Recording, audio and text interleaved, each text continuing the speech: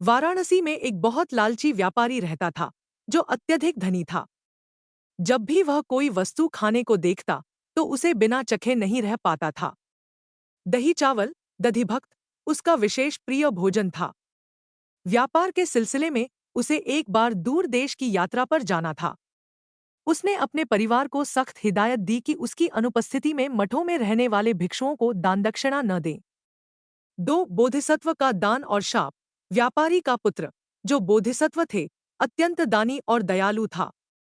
पिता के जाने के बाद उसने भिक्षुओं को बुलाकर उन्हें दही और चावल से बने स्वादिष्ट भोजन, दधिभक्त, का दान दिया।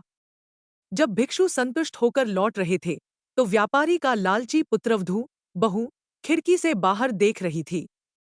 उसे यह दान देना बिल्कुल पसंद नहीं आया और उसने भिक्षुओं को ईर्ष्यावश गालियां दी और शाप दिया। 3 वर्तमान और अतीत का मिलन। जब वह व्यापारी लौटकर आया तो उसे पता चला कि उसके पुत्र ने इतना बड़ा दान दिया है। उसे क्रोध आया, लेकिन पुत्र ने उसे शांत किया।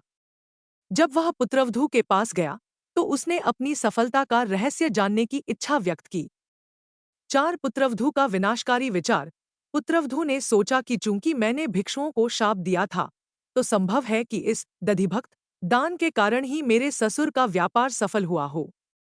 उसने लालच में आकर अपने पति से कहा कि अगर वह और अधिक धन कमाना चाहता है, तो उसे उस दधिभक्त को भिक्षुओं को दान देने के बजाय अपने ही सिर पर उलटना चाहिए। उसने सोचा कि ऐसा करने से सारा पुण्यफल उनके ही सिर पर बरस जाएगा। 5 मूर्खता और दुखद अंत। अगली बार जब भिक्षु भिक्षा के लिए आए, तो पुत्रवधू ने अपने पति से वैसा ही करने को कहा।